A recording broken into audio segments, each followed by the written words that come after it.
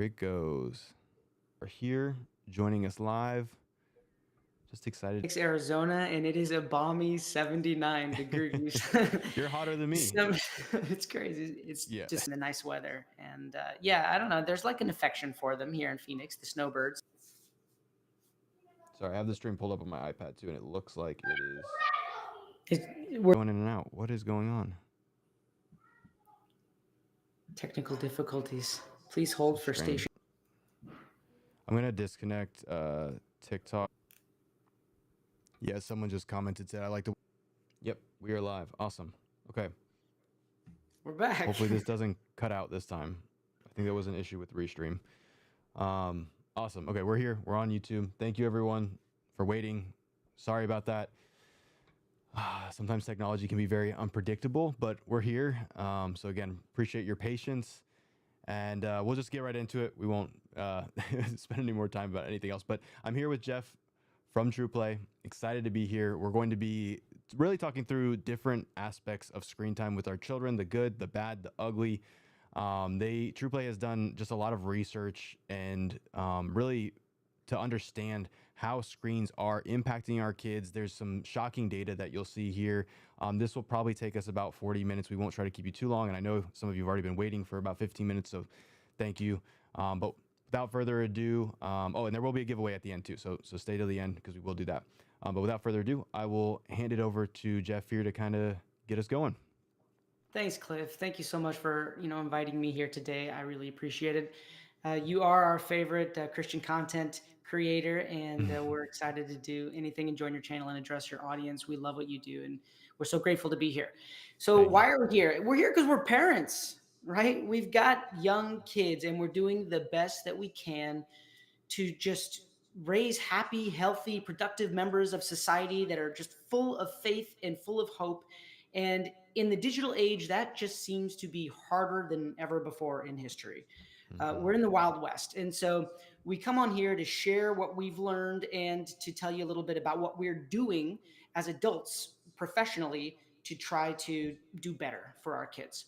So let's get into it. So, Cliff, what do you think of when you hear the phrase screen time? Well, initially, it almost seems like scary when you're thinking of kids. Like we're in the midst of actually getting rid of our TV for a number of reasons. And I don't think everyone needs to do that, but we have felt the decision personally. But obviously, we have computers. Our kids. Well, one of our kids has a phone, and they have laptops. So they're always in front of screens. And so initially, it's scary because when you give them access to these things, it's not so much that they have access to the world, but the world has access to them. And I heard someone else put it that way, and I'm like, that's very profound because it's true. You never know what will find its way to your child when they're in front of a screen, and it can be scary. So most parents at least are putting all these restrictions, or maybe they can't watch them at all or whatever. And I know we'll talk about some of that, but yeah, it's a scary phrase I think at first, but I know it doesn't have to be.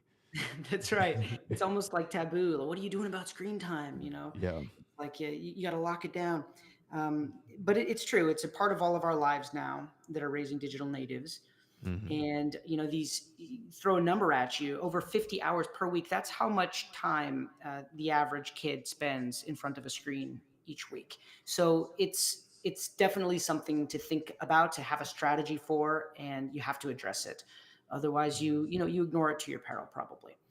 So let me share something with you. Check out this chart. So the dotted line going up and to the right there is an index. It's called the Child and Adolescent Thriving Index 1.0. That is measuring factors like all the factors one needs to thrive as a child: access to good education, a whole house, food, right, water, like clean food, clean water, like all these things that are just general. Like, what do you need to thrive as a child in childhood? And over the course since 2000 to 2018, which is what this chart goes to, things have been getting better. This index has been improving. But while indicators of child thriving have improved, this other line on the chart you can see goes across here and then abruptly takes a nosedive. And that chart is the absence of depressive symptoms. That is to say that depressive symptoms in children have started to increased precipitously since Hmm. about 2011. Wow. You want to take a guess what happened around that same time? We're talking about screen time, aren't we? Yeah. Yep. I think. Yeah, Yep. we know this guy. So that's really when this all started. In 2010, the iPad was released, The new and babysitter came out. yeah, yeah, that's right, the digital babysitter, and it rapidly just started pervading, especially in the United States. And by the end of the chart, by 2018, 80% of all households with children in them have a smart tablet in them as well. 80%. Today, that number is probably higher. It was 65% of the total population, something like that. 80% of US households with children in them now have a tablet. So now also all-time highs for childhood depression, anxiety, and suicide. We're here to talk about that, the correlation and the causation there. So there are clear negative effects to having these devices all the time now. Psychology Today says that smartphone use may be contributing to mental distress among young people. In the Journal of American Academy of Child and Adolescent Psychiatry, they say there is a link between exposure to electronic devices and struggles with self-esteem and literacy comprehension, all kinds of stuff like this. And countries are starting to know, and governments, organizations are starting to become aware of all of this and doing something about it. One of the first movers in recent headlines here, we can see that Australia, if you were watching the news about a week ago, 2 weeks, I guess, Australia passes social media ban for children under 16. If you are under the age of 16, you cannot get onto social media. And if you are a social media platform and you're not putting into safety measures to ensure that this doesn't happen, then you're going to be, they're coming after you. There Hmm. will be fines. So people are starting to recognize that there's something going on in I correlation with these screens that is bad for society, bad for kids. Yeah, I kind of like this. Like, I think it's a good idea overall, but I think it's still important, like, to have etiquette, like for our kids to have screen time etiquette.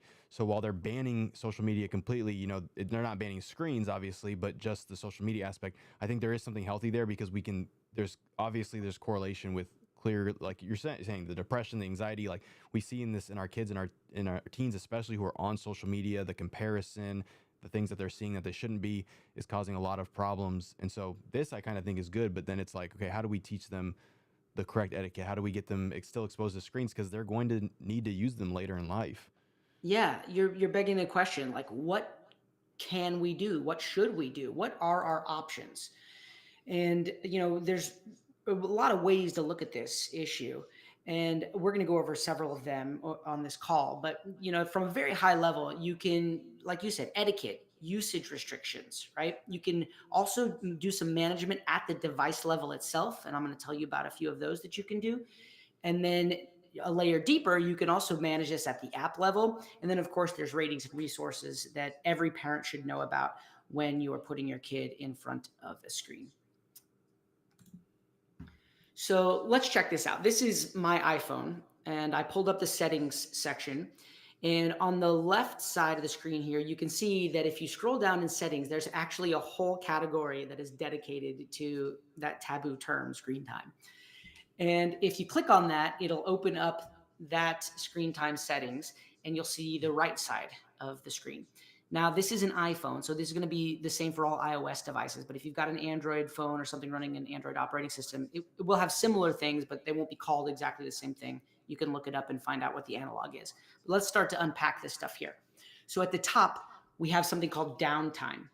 This allows you, a parent, to block apps and notifications for specific periods of time. So if you set household rules where you want to, manage the time limits, you can say things like, "Hey, from 6 o'clock to 8 o'clock, this is family time. Then we're doing family stuff, and we're not allowed to be on our devices." And you can straight up block apps and notifications. Your phone will, go down. This one that says app limits right below it will allow you to set daily limits for specific app categories. So you can keep, say, productivity apps during homework time that are useful for the kids while they're doing their homework, but you can Hmm. limit the entertainment apps or the social media apps, different categories of apps altogether. It will allow you to set and manage those. So also pretty useful tool. Always allowed, it just will allow you to, allow stuff that gets away from all these rules. The screen distance one is kind of interesting. This will tell you if your device is too close, too far away from your face. It'll actually set up things that force you to move it. What this is Hmm. doing is changing the focal length, the focal distance for your eyes. Why is this important for kids especially? Because your eyes are developing. And there's lots of studies going in to try to understand why myopia rates have been skyrocketing in the same period of time since devices, since we've been spending so much time on these devices, because that is a fact. They also have been skyrocketing in kids. And there's a number of hypotheses around what is exactly causing this, and it's probably a bunch of different factors. One of them is almost certainly fixed focal length. As your Hmm. eyes are developing, you need, like, if you're out in nature, some things are close to you and some things are very, very far away, and your eyes all the time are adjusting. Those lenses, your iris is contracting, and your lenses change, focal distances change regularly, so your eyes are always adapting. To grow a healthy eye, you need that. And Hmm. what we're doing today is not getting that. More and more, we're inside all day long. And more importantly, we're like at the same focal distance for very prolonged periods of time. So your eyes get lazy, they atrophy, they do not develop correctly, Yep. myopia. Um, the next one, communication limits. This will limit who they can communicate with during certain times of the day. So you can set restrictions in that regard, and that's probably useful for different sets of folks or friends or what have you. And Yeah. then got you have a question? No, no, no. Go for it. Communication safety. This is a very useful one that you should check into and set, because it can detect and blur stuff like nudity, or stuff you wouldn't want, stuff that would be restricted or should be for only adults. And then finally, that content and privacy restrictions. If you click on that, it'll open up this and you can enable it, which is also pretty helpful, to block access to restricted websites, to block purchases and stuff like that. It also restricts access to stuff like Siri and other AIs, so that kids can't, hear something that they shouldn't be hearing. Hmm.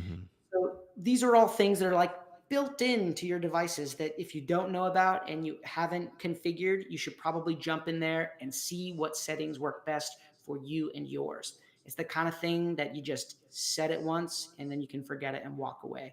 And if you want Yep. to practice that good Cliff Buell screen time etiquette, this is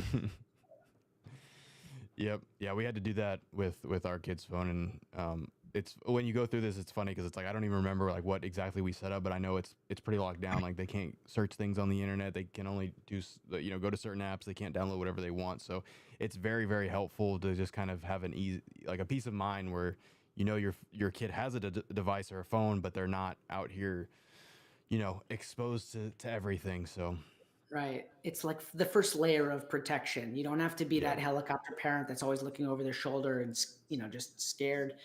Yep. So it does provide that first layer. You should Um, still. I'll tell people that you should still go back and check and make sure your kids are haven't figured out a way around it or aren't, whatever it is that they're still abiding by your rules and haven't been exposed to anything too. It's always these things are never an excuse to stop parenting. I'll put it yeah, that way. right. And with all those settings too, you can passcode protect them. So if your kids Yeah. try to get into the settings to change it, you can also put a layer of protection in that way. Yeah. At the app level, going a level deeper than the device, there's still stuff you can do. On the left side of the screen here are a bunch of companies that are out there with useful products. The ones on the left are subscription model products, so you will have to pay something to get access to these. But the ones on the right are free. And if we're looking at the left, overall, in our research, Net Nanny seems to be the overall pick here, with lots of cool bells and whistles and safety features that you can put in to protect your kids and monitor what they're doing. If you're looking for a value option, Kaspersky is probably the way to go. For iOS, the one that seems to work the best and is the best reviewed is called Our Pact. And for monitoring, if that's what you're interested in, you've got some teens or something, and they're very private and they don't want you in and around their devices, but you still want to know what's going on. That Custodio is really good for that.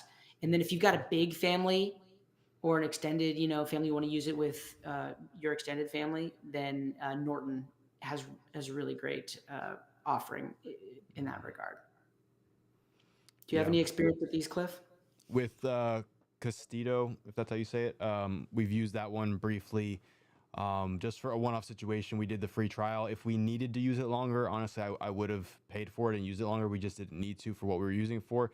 But it was really cool. You could actually track down to this specific YouTube video that was watched. So it's not just like, hey, someone was on YouTube for an hour. It was like, here's every single video they watched on YouTube. Here's every, tab that they had open on their browser. So it got pretty detailed, which I really liked about it. And then I know I don't think you specifically mentioned Microsoft Family Safety or Google Family Link yet, but we do use Microsoft Family Safety for their laptops. And that is really helpful because we can monitor that. We actually get like emailed reports, and then you can restrict like basically what they can go on within Windows. So only certain browser, like not just browsers, but certain like websites they can actually go to, and just different things. You can really lock it down, and it's pretty simple to use. And that one's free. I know Microsoft Family Safety and Google Family Link are both free. So they're great resources, but then you can get a little bit more restricted, especially on mobile devices with the ones on the left. So Yeah, yeah. they are both free, and you should probably if you've got kids and they're playing video games, or they've got their computers in addition to their tablets, definitely get those, log on, and manage the access for your kids. Yep. So we've talked a lot about what we can do at that device level and the app level, and we're using the term screen time here, and screen time has that negative label to it. But I want to pose a question to you. Is the problem really the screen itself? No. No, of course not. We're looking into screens right now. What are screens? They're a window into content, really, right? Yep. You go to church, they've got screens on either side. They're just they're part of our world, and they're not going away. Jeff, I don't want to But spoil my secret here, but I wouldn't have a job or a ministry if there weren't screens.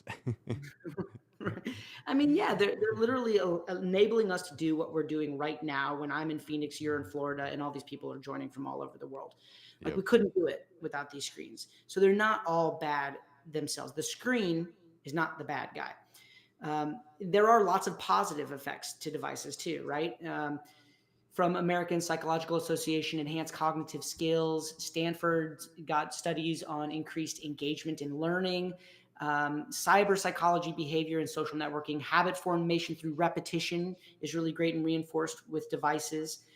There's a Nature article talking about boosted memory retention, emotional and social development, another study from Stanford. And look at this one. You're going to love this, Cliff. The impact of video games on training surgeons in the 21st century. This is a JAMA article, the Journal of the American Medical Association. And I'll summarize the results for you. That past video game play in excess of 3 hours a week was correlated with 37% fewer errors in surgery Wow. and a 27% faster completion. That's crazy. I see Real at the result. end too, like those surgeons have scored 26% like overall better, and that's crazy. I remember I think it was Joe Rogan who was talking about this, and he made the point that he's like, if you were doing anything and they're like, hey, if you take this test or this quiz or do this, it's going to make you 26% better with what you're doing. It would basically be a non-negotiable. Like, you have to do that's Yeah. a huge percentage to increase in your ability to do something. And so he was saying like all surgeons should be required to play video games if it's going to make them 26% better at conducting surgery. And I'm inclined to agree. Like that seems like a logical conclusion to come to. So, Yeah, there's undeniable benefits. I remember that Joe Rogan episode that was with Elon Musk of all people, who admitted he was yeah, like one of the top 10, like some video game player in the world, and yeah, talked about all the benefits of gaming in general. And gaming, it's important to bring that up because of when we're talking about screen time, the vast majority of that screen time for kids is taken up not just watching videos, but it's actually the majority is gaming, kids playing hmm video games. So we're going to spend a little time talking about that too. But yeah, I posed the question, is it really the screens themselves or is it something else, right? It's the content that's coming through these screens, and it can be good and it can be bad, as we have seen and will see. So the screens aren't inherently bad, right? They're a part of life. Let's look past it and let's see what we can do about what's coming through these screens, right? hmm So this is not a new problem, right? Content, like devices aren't the enemy, right? But the content certainly can be the enemy. And we know that. And we try to protect our kids from stuff they're not supposed to see, stuff we know it's not going to do them any good. They're not going to understand it. It's only going to lead them down a path that's going to end up in anxiety and depression. So we protect them from it. And in 1996, the Telecommunication Act was mandated a TV rating system. We've all seen the TV rating system, right? And anytime you produce something and you want to broadcast it, you have to have it rated before you can do so. hmm Um, and this is this you might ask, like, the TVG 14, TV mature. You wouldn't let your kids watch something that was rated TV mature, and you would do what you can to restrict that. It helps parents to make informed decisions, basically. So, is there anything in place like this for content now that it's not all FCC like broadcast, right? That now we got the Wild West and through these screens and through YouTube and video games especially. There is the ESRB rating system was developed for a video game rating, and it looks like this. You may or may not have seen this stuff, parents. You may not be as familiar with it as you are with the television ratings, but they do exist. There's also resources like Common Sense Media and Focus on the Families Plugged In and Parent Protect, which give you great reviews of content. If you've got a question about specific content, you can go there and do a ton of research on it. It'll tell you what they rate it for, what's appropriate, what's inappropriate. But it's kind of labor intensive, right? And you got to really know what your kids are into. And sometimes that's hard because it changes all the time. One of the more popular games out there is called Roblox. If you're a parent with young kids in the house, I know you know this name. You want to take a guess what its ESRB rating is? it you would think it would be teen if you know what it is, but I know that it's I think it's E for everyone, right? Not E 10 plus, It's or is it it's a bit E 10 of plus, it's interesting because the or is different it teen? games there's different games inside the Roblox platform, and some of them are rated E for everyone and like that. But the platform itself, you're right, it's rated That's right, teen. it's teen. Yeah, It probably shouldn't be rated teen even, but it is rated teen. yeah. But I gotta show you from Statista this data here that 45% at least, because we don't know what that 1% unknown is. And this was as of 2022. Over, close to 50% are under 13 years old. So they're not teens that are playing Roblox. Over, just hmm about half are under teenagers. They're 12 and under. So it makes you wonder also, if you know Roblox and the platform, if that is even accurate. I would have guessed that it was much higher than 50% was under the age of 12, just because of Yeah, my own experience in my house. I have a 10-year yeah, old, 7-year old, and a 3-year old, and I know the ages that they discover Roblox, and it's very young. yep. Yeah, that's been Yeah. the same experience with us too, especially with like their cousins, my nieces and nephews and whatnot, and just seeing like their families and then their friends that they've had at school and whatnot. So it's definitely young kids that are playing this game, and then I don't know if you're gonna talk about it, Jeff, but there's been obviously it's Roblox has basically gotten exposed with the issues that it's had with Yeah, you've heard. just really sensitive stuff being on there and just stuff that is exposing the kids to just really gruesome inappropriate things, and it's really sad, honestly. So we've cut off Roblox completely in our home because of that. Just not worth.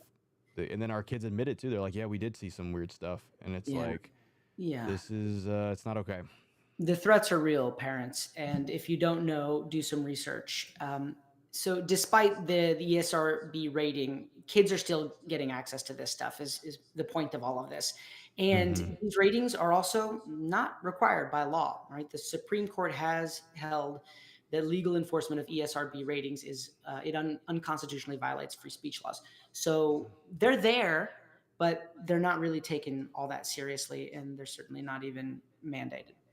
Yeah, So even just with crazy. this rating system, inappropriate content can filter through to even the most harmless games, like even the most harmless games on like even inside the Roblox thing, or even in like, casual games that kids are just playing to distract themselves in a car ride that are ad supported. Advertisements come in that are adults, right, or inappropriate subject matter for kids. So it's really an issue. And what does it really look like? If you're a kid and you're on these devices, this is the kind of stuff that shows up for you every single day. Mm-hmm. Grand Theft Auto, Fortnite, Resident Evil, Diablo, etc. Right? Games that encourage just about every deadly sin in the book and break just about every one of the 10 commandments, right? Our kids are raging. They are rampaging. They brag about how many headshots they've racked up in these games. And as you mentioned, Cliff, like there's lawsuits, right? Roblox is just sued and under a short attack, exposing the horrific truth about what's hidden inside these games and the chat rooms. The average age that a kid is exposed to pornography today is 11 years old. These kids are getting bombarded with It's toxic crazy. content. And I got to tell you something very sad. It's working. Yeah. Yeah. This exposure can really negatively affect their faith. And I'm going to show you this chart. This is a chart of generations sharing that they believe in God, sharing their belief in God.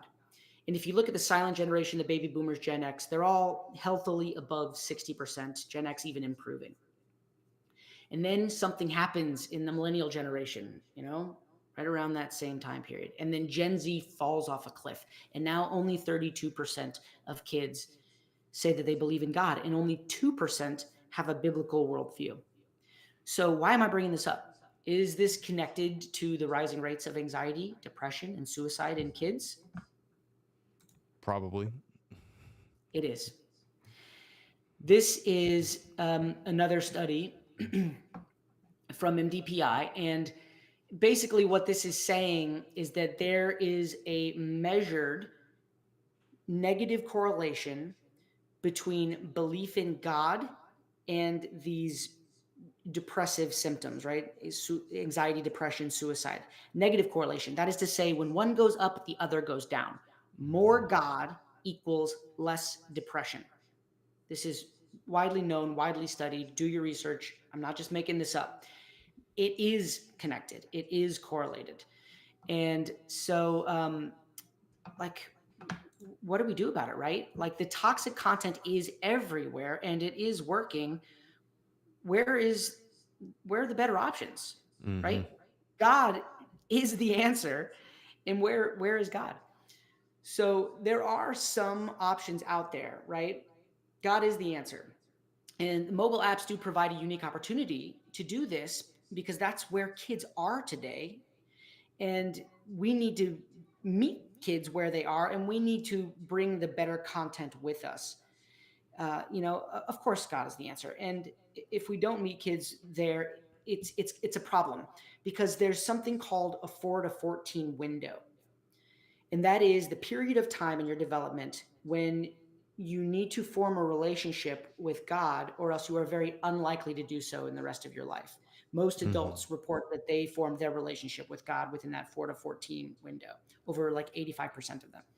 Yeah. So it's That important. Jeff, sorry. I'm gonna just interrupt you for a second. That speaks to the verse, the proverb that says, "Train your child up in the way that they should go, and when they're old, they won't depart from it." I mean, it's in the Word of God right there, and so it's always cool when the data backs up the Word. Yeah. So, yeah. So who's showing up right now? It's the enemy. These kids are Hmm. getting it everywhere, every time they get onto their tablets, and we need to do better to meet them there and to bring something that is going to have a positive effect and counteract that toxicity that's happening, right? Hmm. We have to meet kids where they are, and we have to bring God with us. And there aren't a ton of options right now. And the ones that are available, most of them, if I'm being frank, they're boring. They don't compete for the attention with these Hmm. other secular mainstream games that are, really highly produced. And so it's no wonder that kids like them. They're really engaging and entertaining. Hmm. And you can find stuff, if you look hard, you can find some stuff that's better content, but it doesn't always, it seldom compares in terms of the entertainment quotient with kids. And so you can equate it to, cough medicine, foul tasting cough medicine. Now cough medicine is actually pretty good. Or like broccoli, right? Like force feeding your kid vegetables. Yeah. That's no fun. That's hard. So we as adults like need to take responsibility for managing our kids' screen time and really managing and policing the kind of content that comes through those screens and gets access to our kids. And as professionals, we also need to do better to produce better, really great content that kids are going to love, that also has a better message, stuff that builds Hmm. them up instead of tears them down. That's really what we're trying to do at TruPlay. And I want to introduce you to what our product is and how we're trying to just really compete with those secular mainstream alternatives in terms of entertainment, so kids are like actually love it, and bring parents peace of mind. Let them know that all of the content within the TruePlay platform is going to do the opposite of what that other stuff does. It's going to build character and nurture faith in our kids. And we believe that if we do that well, we're going to change a generation. And Yeah. that's our mission. Amen. Yeah. So, what is TruePlay? It's a mobile app. We're starting on mobile devices because that's where the kids are. And we want to redeem that screen time, right? So it's a mobile app that offers Christian parents really high quality character building alternatives to that questionable kids content that's out there pervading today. It's subscription based. So that means that there are no ads. Your kids aren't going to see anything weird through an advertisement. And there's no chat rooms. So your kids aren't going to meet anybody weird in a chat room. And there's no in app purchases. So there's no surprises for parents, give you peace of mind in that way also. And every game, like I said, is custom built by real entertainment industry and video game professionals to build character and nurture faith in our kids. It also contains really cool content from popular brands like the Action Bible and Kingstone Comics. So inside that one TruePlay app, you've got dozens of things that kids can do, dozens of video games, dozens of videos, really high quality animated videos to watch, and all these digital comics where they're going to get exposed to the Word of God Yeah. in very Yeah. organic ways. And Jeff, I'll just talk about my experience real quick with True Play. Like when I first heard of you guys and I downloaded the app to check it out, and I was thoroughly impressed. I like you said, I mean, my first expectation honestly is like this probably isn't going to be as good of quality as like the secular apps that are out there. That's just what I That's go the in with that default. expectation. Yeah. And I was That's what people shocked because think. I Oh, it's was Christian. yeah, exactly. And I was shocked because I was like, wow, like this is actually good quality first and foremost. Then when I started to actually play through, and I haven't played through everything and whatnot, but I was checking it out. I played through that, the David and Goliath game that was just on the screen a moment ago. And I was impressed. I was like, this is actually really fun. Like, I do want to come back to it. And there's scripture all throughout it. Like, you're walking through as David and you're seeing Psalms everywhere. And like, it's just really cool. I played through a couple other ones and it's just teaching like different Bible stories. And I know you'll talk more about kind of the different characters in, I think what you guys call the Rim verse. And so it's really, really just well done from a quality standpoint, but also from a content standpoint of like, this is fun and it's like biblically educational and teaching kids like the Bible stories in a very fun, interactive way, as well as like a replacement to the secular really dangerous apps that they're playing where it's like you never know what ad is going to pop up or who's in what chat room or that your kid accidentally charges up $1,000 because there's in-app purchases. And so I just love TruPlay for those reasons. I mean, you just really kind of said them all, but that's been my experience personally. Like, not even like my kids playing or whatever, like me downloading it and playing it. I was like, this is actually really good, and I could see like many adults actually finding this fun as well. So yeah. I got to tell you, thank you for saying that. It never gets old to hear that from parents. And yes, we do hear it a lot from parents once they get in there, like, oh, this is different. This is good. And lots of parents tell us that they like to play the games themselves too. And we're okay with that. So let me give you a brief example of some of the content that's inside. This is like a content preview. All of the God moments are just like seamlessly integrated into gameplay.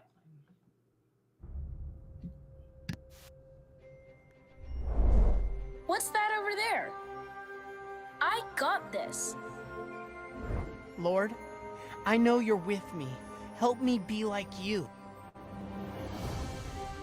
Come on! My father sent me to take food to my brothers, all soldiers in King Saul's army. But I knew God had called me to something bigger. Dear Lord, Use some help right now. Trust in the Lord with all your heart. it seems like these vines have minds of their own. With God's help, I can be fearless. Maple, I think it's time for a hailstorm. Watch what these do. Living in the garden was incredible. I needed to build a boat to rescue my family and the animals on the earth.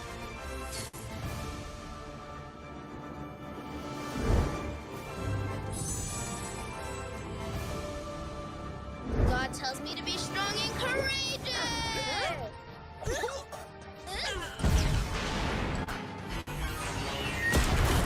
You're taking that old thing with you? I needed to find Chase. He's with God. I know. That's where I'm going.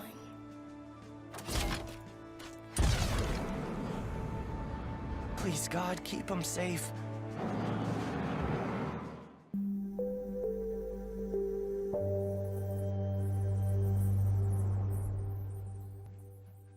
So just a preview of the content there, and you can see some of the games are overtly biblical, like King David's Battles, which is very popular, and you like can really just play through the life of King David as he goes on his journey to discover who he is. And you know, it's a lot more fun than reading the story, which is one of the better stories in the Bible, the King David story.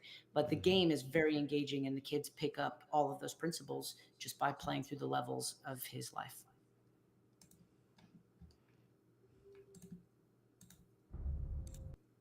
So you mentioned the Rimverse. It's unique to TruPlay, and those are the other games inside the platform and stories inside the platform that are all intertwined. And they're not so overtly biblical like story from the Bible. They're their own universe, right? It's its own little metaverse. And there's all these characters that are the lead characters in the different games and in the different stories. And they all intersect their storylines. And each one of them is like a different kind of kid, right? There's a character for every kind of kid.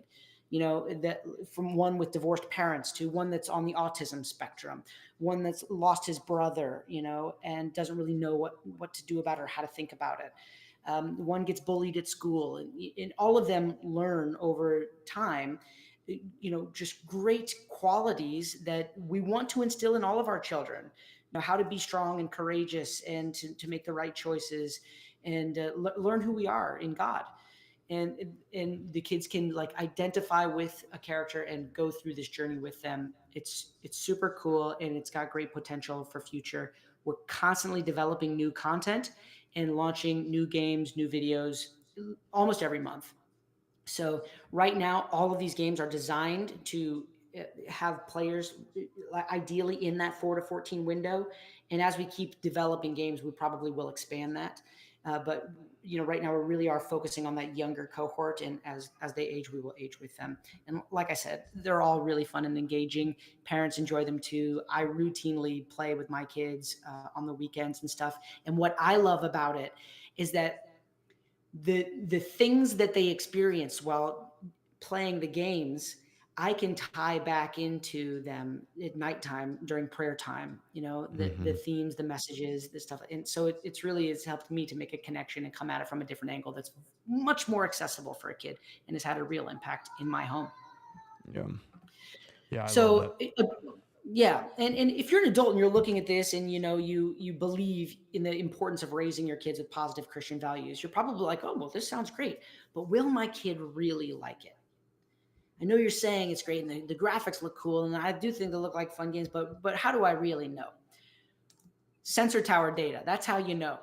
When you compare TruPlay, the platform, to Roblox and to Minecraft, which are very popular platforms with kids, you can see in the metrics that matter.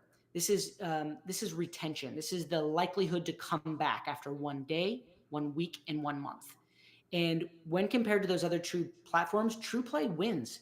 Kids are twice as likely to return to TruPlay over Roblox or Minecraft after 1 week and after 1 month. It is not cough medicine. It is not broccoli. They're going to love it, and you are going to get peace of mind. And there's really only one way to find out. You got to take that Pepsi challenge. Right. Okay. So let's hear directly from them. This is a little thing from about what moms and kids are saying about TruPlay.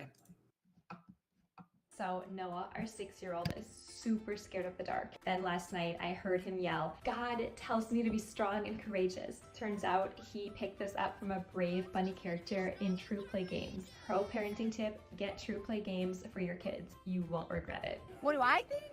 Oh, I think it's amazing. So excited to have something like this for my kids because it's safe and they're learning about God and they're having fun. I won. Hey Beverly, who's your favorite TruPlay Games character? It's the Tiger Bunny. The Tiger Bunny Maple? Yes. Do you love TruPlay Games? Yes. What's your favorite part? Oh, fighting the bad guys. So I was playing Little Light, and then like right after the little letter, the paper, Lumi said, like, God will always have time for us, like, just that little speech bubble, and it made me cry and happy. Hey, Zeb, how does playing TruPlay make you feel? It makes me feel happy. Like, I want more of it. Like, I want to increase my skills and to learn more about God when I play it. Imagine that. Feeling happy and wanting to learn more about God after you play it. That is very different than feeling rage and wanting to throw the controller at the TV screen, which has happened in my house and broke one of those big TVs. But that's what we're talking about here. That kind of difference is what we're talking about. That's what's at stake.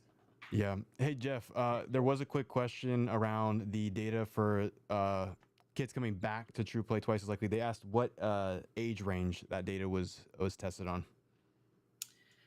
I don't just want to throw something out there. I honestly don't know. I can tell you that the age range, you saw that Roblox chart of the age ranges that are playing Roblox, and it's probably younger than that.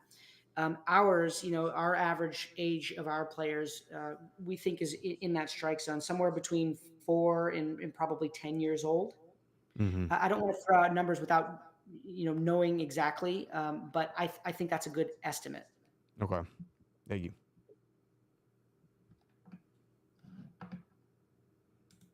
So Noah, our 6-year-old.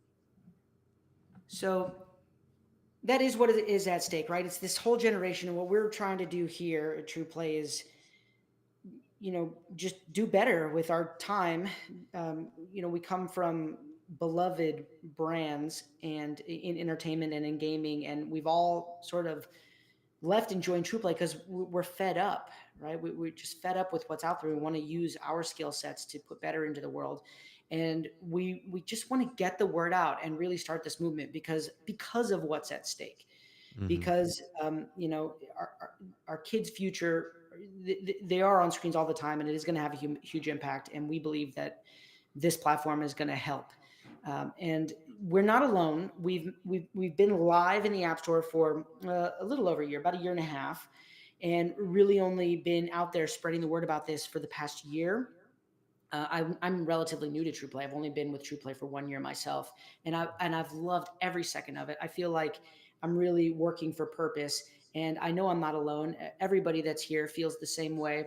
And we've managed to create some great momentum in this year. And I want to share a little bit about how we've been embraced by the community.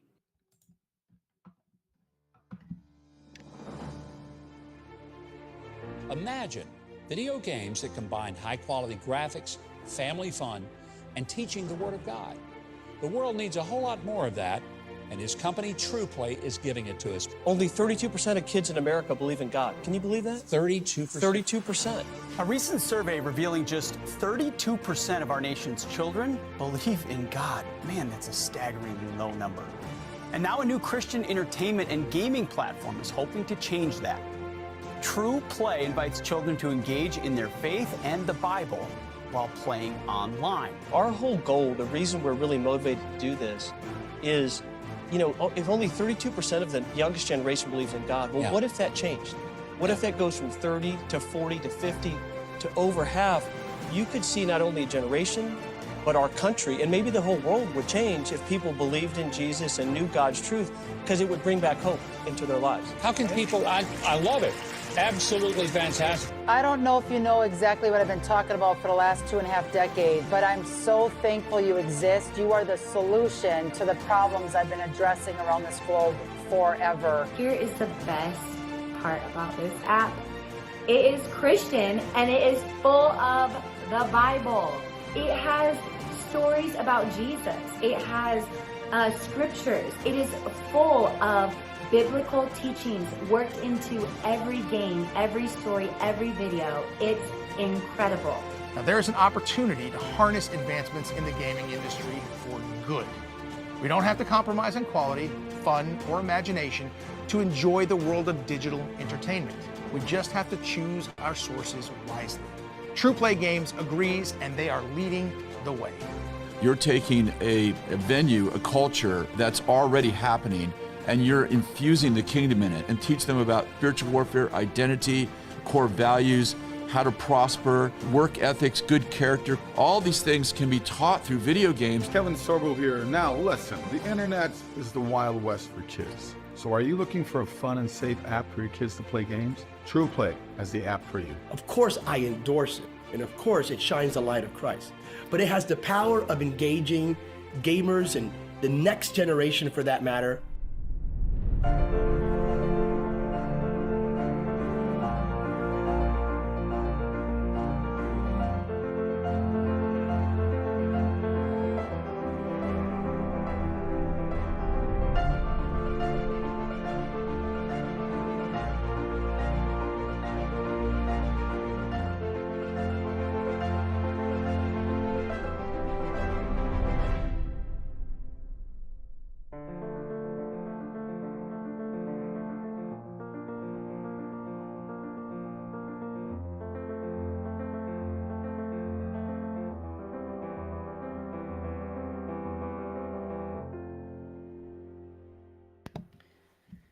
So the guy that was interviewed by Mike Huckabee in that video and on Fox News, that's Brent Dusing. He's our founder and CEO.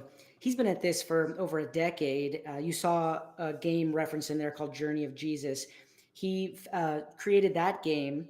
It was a Facebook game about a decade ago. And, you know, when there were games on Facebook. And it had over 7 million players on all the games that were created by that. And, and really did change lives for Christ. And when Facebook deprecated Flash, like the whole thing went away. And so people were like, oh, where's my Journey of Jesus? Where's my Journey of Moses? And that's when the idea for TruPlay took off. And instead of making the games for adults, which really what those Facebook games were for, we pivoted and decided to make the TruPlay platform primarily for kids because that's where it's needed the most. And so now we've got dozens of games up and ready and playable, and it's doing great. And we're actually working on bringing back Journey of Jesus to the TruPlay platform. That's going to be our next big thing that we break ground on next year. Yeah. It's really cool. Thank you. Thank you, everybody, for, learning about this and hearing about the movement. I hope you're inspired to join it and to, make these choices for yourself and for your family. I can promise you we are here working hard to deliver better, and we really just need to get the word out to as many people as possible. And nothing is better than our fans and our audience and our subscribers telling their friends and family. Nothing works better than that.